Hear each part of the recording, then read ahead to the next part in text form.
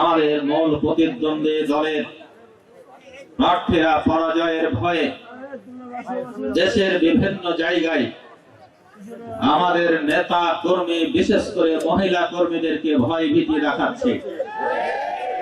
আমরা একটা স্পষ্ট বলে দিতে চাই, আপনারা আমাদেরকে ভয় দেখাবেন আর আমরা বসে বসে আঙ্গুল চুষবো এটা মনে করিয়েন না। তবে তারা যদি ভয় দেখায়, আমি মনে করি যারা যত বেশি ভয় দেখাবে দেশের মানুষ তাদেরকে প্রত্যাখ্যান করবে। শুধু তাই নয়, তাদের এই ভীতি প্রদর্শন করার নীতির কারণে আজকে তাদের দল থেকে সারা দেশে হাজার হাজার লোক দল ছেড়ে জামাত ইসলামীতে যোগদান করা শুরু করেছে। তারা যদি এই নীতির পরিবর্তন করতে ব্যর্থ হয়, আমি মনে করি তারা তাদের দলের অস্তিত্ব টিকিয়ে রাখতে ব্যর্থ হবে সামনের দিনে ইনশাআল্লাহ।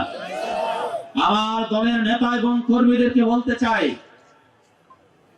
এলাকার মানুষকে ভয় নয়, এলাকার মানুষকে বুকে জড়িয়ে ধরে এলাকার মানুষের সেবা করে এলাকার মানুষকে ভালোবেসে তাদের মনকে জয় করতে হবে। এটাই হচ্ছে জামাত ইসলামীর আদর্শ, এটাই হচ্ছে ইসলামের সুমহান আদর্শ। এই আদর্শই আমরা বাংলাদেশের সামনের দিনে প্রতিষ্ঠা করতে চাই। নির্বাচন কমিশন এবং প্রশাসনকে আহ্বান জানাবো, এদেশের মানুষের বহুল প্রতীক্ষিত, আকাঙ্ক্ষিত, প্রত্যাশিত নির্বাচন হচ্ছে 12ই ফেব্রুয়ারির নির্বাচন।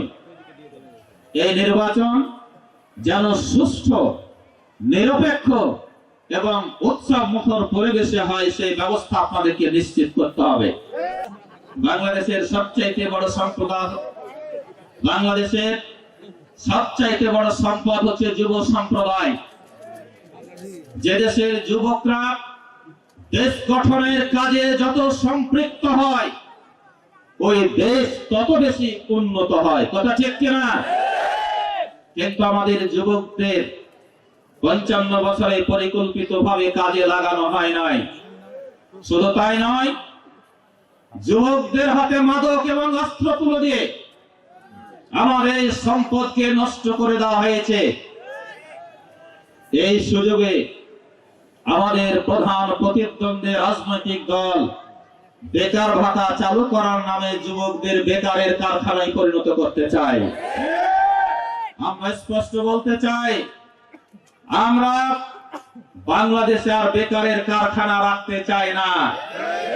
বাংলাদেশের সকল যুবকের 2 হাতে কাজ তুলে দিতে চাই। আমাদের যুবকরা আমাদের সম্পদে যেন পরিণত হয়, সেই ব্যবস্থা আমরা করে দিতে চাই। আপনারা কি নিতে রাজি আছেন?